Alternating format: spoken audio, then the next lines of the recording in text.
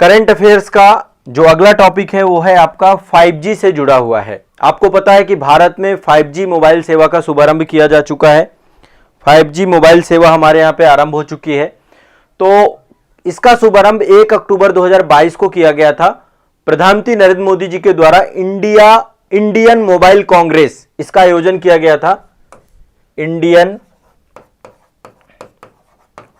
Mobile Congress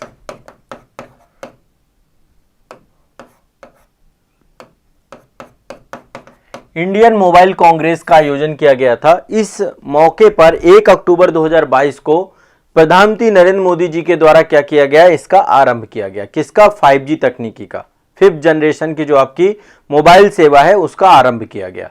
तो देखिए ultimate जो है, आपको पता होगा कि इस अवसर पर जो अन्य बहुत सारी जो सर्विस प्रोवाइडर कंपनियां हैं, जैसे कि रिलायंस जियो हो गई, आपकी भारती एयरटेल हो गई, या वोडाफोन आइडिया VI हो चुका है ना आपका, इन्होंने 5G क्षमताओं का प्रदर्शन भी किया। बताया इन्होंने कि अब 5G जो है भारत के लिए हमने विकसित कर ली है और कई सारे जो महानगर है वहां पर 5G सेवा अब आपकी देना भी प्रारंभ कर दी गई है। ठीक है, तो देखिए 5G का एक चरणबद्ध तरीके से विकास हुआ है। आप पहले तो 1G था आपका, फिर 2G आया, फिर 3G आया, फिर 4G आया। ठीक है, अब आपका 5G आया है, 5G सर्विसेज आई हैं। ठीक है, तो अलग अलग टेन्योर पे, अलग अलग टाइम पीरियड पे आपकी अलग अलग जो है आपका ये विकास क्रम, आपका डेवलपमेंट आपका हुआ है।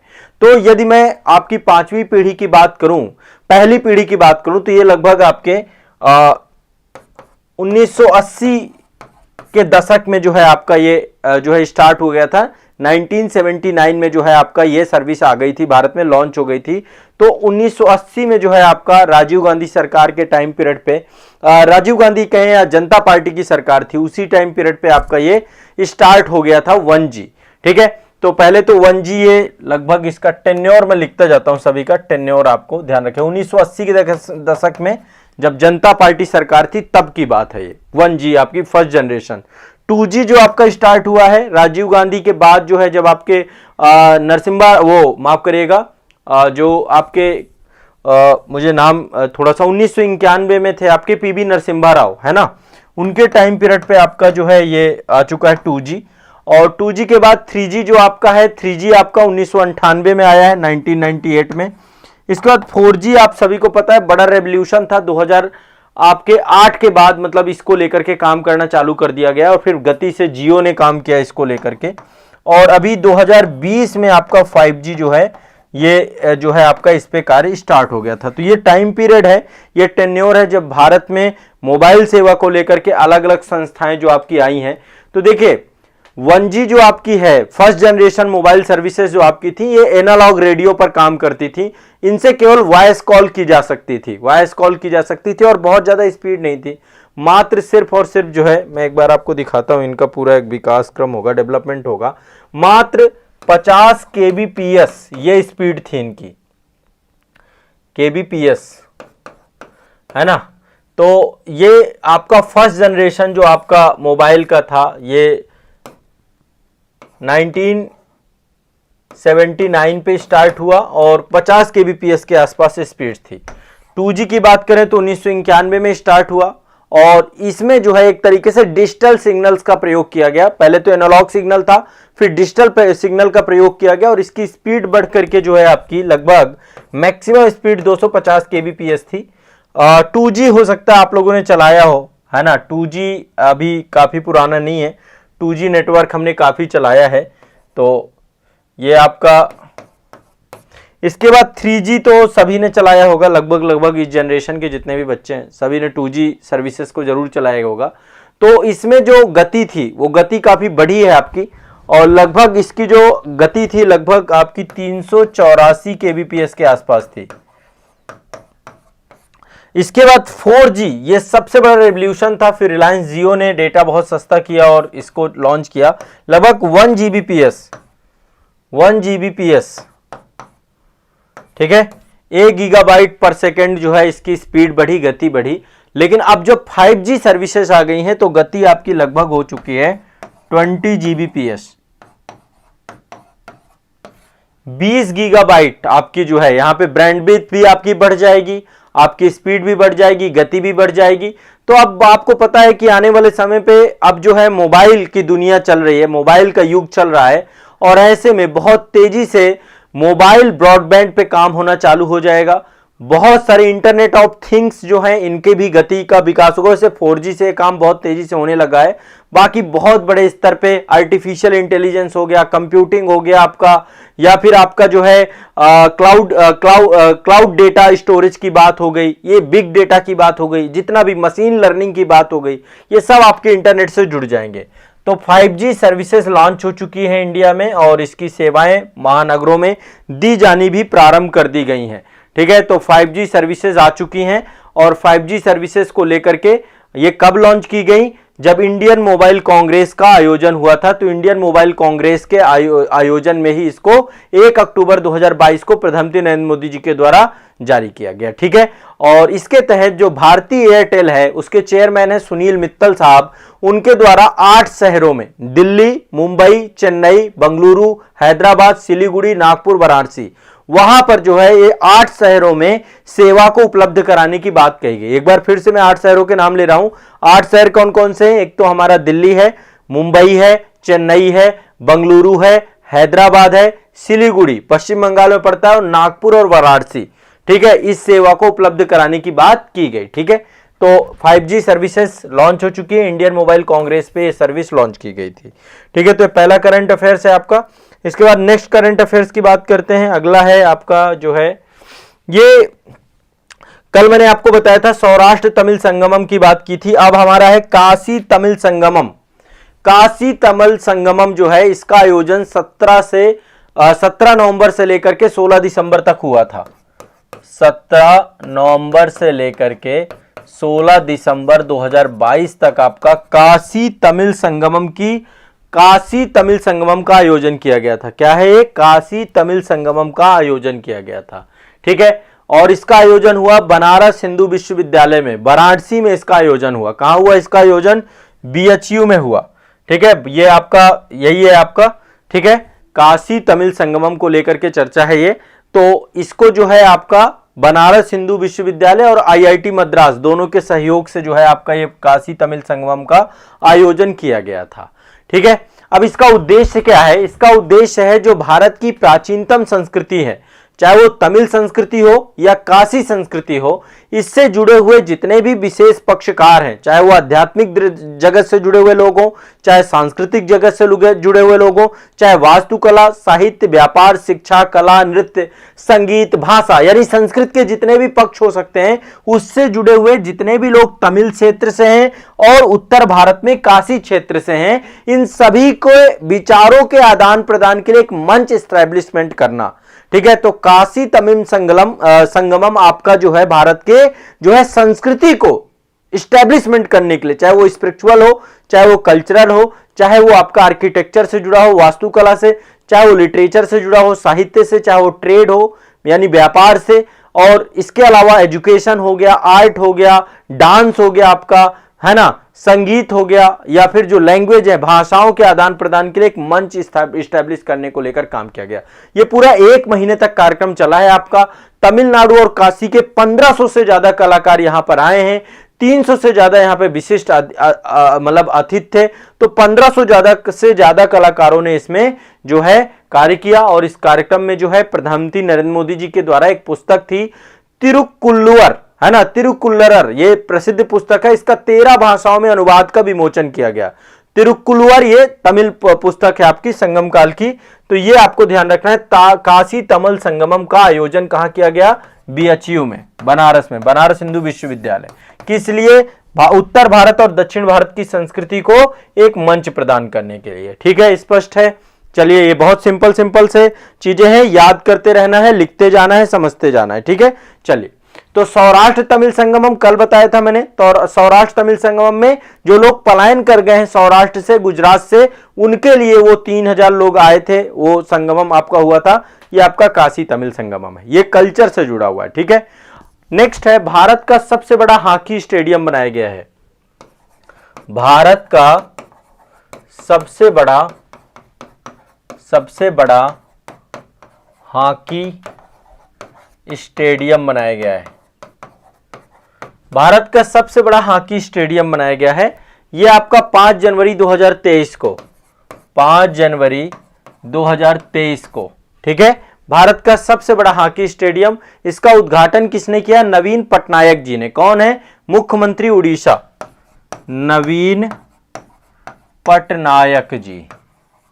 ये आपके कौन हैं? सीएम हैं। कहां के हैं? उड़ीसा के हैं।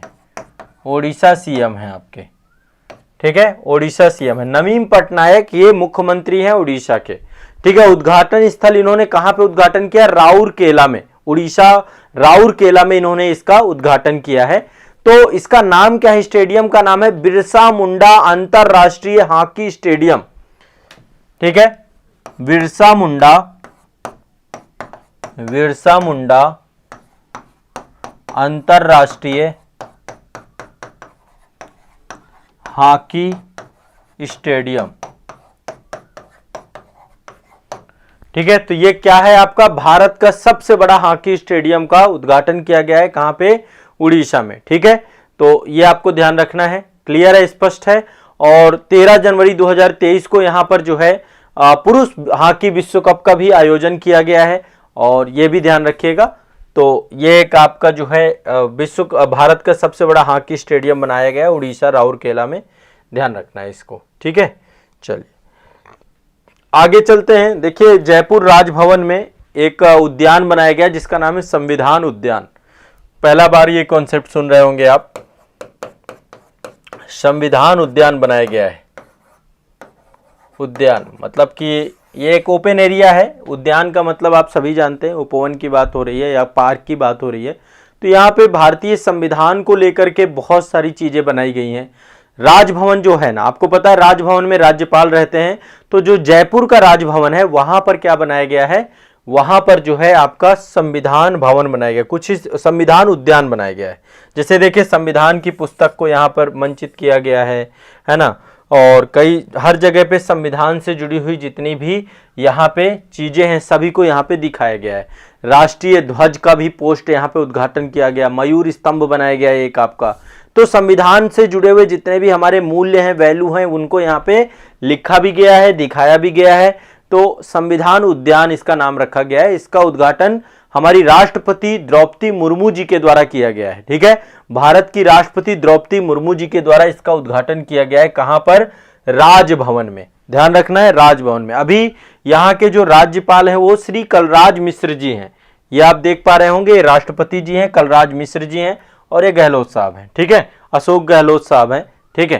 तो राष्ट्रपति जी ने राजभवन में मयूर स्तंभ और राष्ट्रीय ध्वज पोस्ट का भी यहाँ पे बताया है। यहीं पे महात्मा गांधी और महाराणा प्रताप की भी प्रतिमा का अनावरण किया है, ठीक है। तो 3 जनवरी 2023 को ये आपका बना है। 3 जनवरी 2023 को इसका जो है उद्घाटन किया गया है हमारी प्रेसिडेंट ऑफ इंडिया के द्वारा। ये भी ध्यान रखिएगा, एक इंपॉर्टेंट न्यूज है आपकी। अगला चलते हैं। ये आपका जो है आपका गंगा काउंसिल। देखिए गंगा काउंसिल बनाई गई है, और गंगा में जो आपको पता है नमामि गंगे योजना आपकी चलाई गई थी, तो एक गंगा काउंसिल बनाई गई जिसका नाम है एनजीसी। अभी इसकी बैठक हुई है ना, नेशनल गंगा काउंसिल, एनजीसी का गठन 2016 में किया गया था। कब किया गया है? 2016 में। इसके अध्यक्ष प्रधानमंत्री हैं। एनजीसी के अध्यक्ष कौन है? ध्यान रखिएगा, ये काउंसिल इंपॉर्टेंट है। इसके अध्यक्ष है पीएम, प्रधानमंत्री स्वयं इसके अध्यक्ष हैं, और इसके उपाध्यक्ष केंद्रीय जल शक्ति मंत्रालय के मंत्री होते हैं। इसके उपाध्यक्ष कौन है? इसके उपाध्यक्ष, ये ध्यान रखिएगा, एक संस्था मैं आपको बता रहा हूं, केंद्रीय जल शक्ति मंत्री।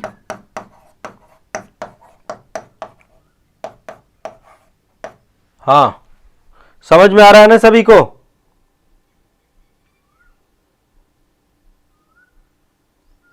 बेटा क्लास आपकी रेगुलर यहीं पे होती है, एग्जाम इंडिया पे लाइव होती है। बाकी टेलीग्राम ग्रुप पे हम भेज ही देते हैं। टेलीग्राम ग्रुप पे, टेलीग्राम चैनल पे भी क्लास की लिंक आ जाती है, ठीक है। तो क्लास आपको लाइव है, तो लाइव क्लास तो एग्जाम इंडिया में मिल जाती है ना। तो ये आपकी एनजीसी, ठीक है, 2016 में गठन हुआ। अध्यक्ष प्रधानमंत्री, उपाध्यक्ष इसके केंद्रीय जल शक्ति मंत्री जो भी होंगे वही रहेंगे इसके, ठीक है। और इसके सदस्य कौन कौन सी स्टेट है, जहां जहां से गंगा होकर के जाती है। गंगा उत्तराखंड से निकलती है, फिर कहां जाती है, हमारे यूपी में जाती है, फिर बिहार में जाती है, बिहार से झारखंड जाती है, झारखंड से वेस्ट बंगाल जाती है। 5 राज्यों से होकर के जाती है गंगा। ठीक है, तो ये 5 राज्यों के मुख्यमंत्री इसके सदस्य हैं, मुख्यमंत्री इसके सदस्य हैं। ये आपकी एक संस्था बनाई गई है, एक काउंसिल बनाई गई है, नेशनल गंगा काउंसिल, ध्यान रखिएगा। ठीक है, 2016 में। तो इसके अध्यक्ष प्रधानमंत्री, उपाध्यक्ष केंद्रीय जल शक्ति मंत्री, और उत्तराखंड, यूपी, बिहार, झारखंड, वेस्ट बंगाल के मुख्यमंत्री भी इसमें जो है आपके जुड़े होते हैं। तो अभी हाल ही में 30 दिसंबर 2022 को, ध्यान रखिएगा, 30 दिसंबर 2022 को गंगा परिषद की या गंगा काउंसिल की, राष्ट्रीय गंगा काउंसिल की दूसरी बैठक हुई है। कहां हुई है बैठक? ये आपकी कोलकाता, पश्चिम बंगाल में। ठीक है, इसकी दूसरी बैठक हुई है, दूसरी बैठक हुई है। बैठक कहां पर हुई है? कोलकाता, कोलकाता, पश्चिम बंगाल में। कोलकाता, पश्चिम बंगाल में इसकी दूसरी बैठक हुई है। ठीक है, और प्रधानमंत्री नरेंद्र मोदी जी की अध्यक्षता में गंगा जो आपकी गंगा परिषद है, इसको वर्चुअल माध्यम से इसका जो है प्रधानमंत्री जी के द्वारा इसको इनॉग्रेट किया गया। अब इस बैठक में सारे जितने भी थे, पश्चिम बंगाल की मुख्यमंत्री ममता बनर्जी हो गए, यूपी के योगी आदित्यनाथ जी हो गए, उत्तराखंड के पुष्कर सिंह धामी हैं, बिहार के उप मुख्यमंत्री इसमें जुड़े थे, तेजस्वी यादव वो गए थे, और केंद्रीय जल शक्ति मंत्री गजेंद्र सिंह शेखावत हैं आपके। तो ये सारे विभाग इसमें जुड़े हुए थे। ठीक है, अब उद्देश्य क्या है, क्यों बनाई गई है ये, कि गंगा और उसकी सहायक नदियों में प्रदूषण को लेकर के राष्ट्रीय स्तर पर संचालित जितनी भी परियोजनाएं हैं, चाहे वो नमामि गंगे हो या अन्य कोई भी परियोजना हो, उसकी समीक्षा की जाती है इसमें। ठीक है, तो ये गंगा के प्रदूषण को लेकर के एक समीक्षा बैठक के तौर पे है कि क्या क्या कार्य योजना चल रही है, कितनी प्रगति हो गई। तो इसकी जो पहली बैठक थी, पहली बैठक 14 दिसंबर 2022 को हुई है। देखो, ये दूसरी बैठक थी 30 दिसंबर को, पहली बैठक आपकी 14 दिसंबर को हुई है। फ्रीक्वेंटली लगातार इसकी बैठकें चल रही हैं। तो पहली 14 दिसंबर को हुई है, दूसरी 30 दिसंबर को हुई है। जो 14 दिसंबर की बैठक है ये कानपुर में हुई थी आपकी, कानपुर, उत्तर प्रदेश के कानपुर में। पहली कानपुर में, दूसरी कोलकाता में, ध्यान रखिएगा, कोलकाता, पश्चिम बंगाल में। तो ये आपकी एक इंपॉर्टेंट जो है करंट अफेयर्स है। अगला चलते हैं। हाँ, ये राष्ट्रीय गंगा परिषद, इसके बारे में मैंने आपको बता दिया, इससे जो भी क्वेश्चन बन सकते होंगे अब आप कर लोगे। ठीक है, आगे बढ़ते हैं बच्चों, आगे चलते हैं। नवा विश्व आयुर्वेद कांग्रेस का आयोजन किया गया था। 9th विश्व आयुर्वेद विश्व आयुर्वेद 9th विश्व आयुर्वेद कांग्रेस का आयोजन किया गया। ध्यान रखिएगा, 9th विश्व आयुर्वेद कांग्रेस का आयोजन किया गया था। ठीक है, कहां पे किया गया आयोजन? ये पणजी में। पणजी कहां है? गोवा में। पणजी, गोवा में आयोजन किया गया था। अब उद्देश्य इसका आपको समझ ही आ जाएगा कि आयुर्वेद के क्षेत्र में, आयुर्वेद के क्षेत्र को मजबूत करना, इसके भविष्य की कल्पना करने के लिए आयुर्वेद और वाणिज्य को बढ़ावा देना, पेशेवरों तथा उपभोक्ताओं से बातचीत की सुविधा प्रदान करना, विभिन्न हितधारकों के लिए वैश्विक मंच प्रदान करना। ठीक है, सारा का सारा अल्टीमेट इसका गोल था। ठीक है, तो ये जो है आपका पणजी, गोवा में विश्व आयुर्वेद कांग्रेस का आयोजन किया गया था। ध्यान रखना है इस बात को। ठीक है, प्रधानमंत्री नरेंद्र मोदी ने इसका जो है उद्घाटन किया है, और इसके तहत 3 आयुष संस्थान जो है आपके बने हैं। 3 आयुष संस्थान बनाए गए हैं अभी, 3 आयुष संस्थान बनाए गए हैं। एक तो गाजियाबाद में ही है आपका। ठीक है, एक तो गाजियाबाद में। अब 3 कौन कौन से? एक तो अखिल भारतीय आयुर्वेद संस्थान, ये गोवा में दिया गया है, अखिल भारतीय आयुर्वेद संस्थान गोवा में, इसी दौरान पे। ठीक है, दूसरा गाजियाबाद में बना है राष्ट्रीय यूनानी चिकित्सा संस्थान, यहीं पे बना है। मतलब मैं जो आपकी क्लास ले रहा हूं ना, इसी संस्थान के जस्ट बगल से ही ले रहा हूं, यहीं पे जस्ट बगल में ये संस्थान है आपका। सीबीआई एकेडमी है, सीबीआई एकेडमी के जस्ट बगल में संस्थान आपका बना है। यहीं पर राष्ट्रीय जैविक खेती केंद्र भी है। मतलब एक साथ ये तीनों संस्थाएं आपकी हैं। तो राष्ट्रीय यूनानी चिकित्सा संस्थान जो है आपका गाजियाबाद में, ये भी आयुष संस्थान के तहत बना है। तीसरा आपका है राष्ट्रीय होम्योपैथी संस्थान, ये आपका दिल्ली में है। ठीक है, तो 3 संस्थान है आपके, अखिल भारतीय आयुर्वेद संस्थान, दूसरा राष्ट्रीय यूनानी चिकित्सा संस्थान, राष्ट्रीय होम्योपैथी संस्थान। ठीक है, ये आपका जो है कमला नेहरू नगर पड़ता है गाजियाबाद में, वहीं पर जो है आपका ये पूरा का पूरा ये संस्थान बने हैं। तो ये 9th विश्व आयुर्वेद कांग्रेस का आयोजन किया गया पणजी गोवा में, और इसी के तहत 3 जो है आपके जो इसका आयोजन कब किया गया था, 8 से 11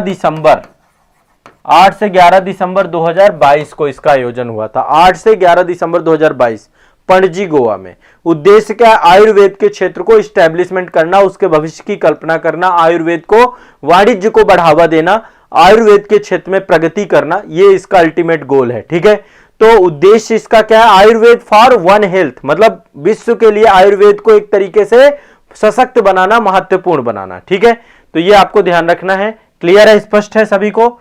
ये आपका जो है करंट अफेयर्स में एक तो 9th विश्व आयुर्वेद संस्थान हो गया, ठीक है, ये कांग्रेस हो गई।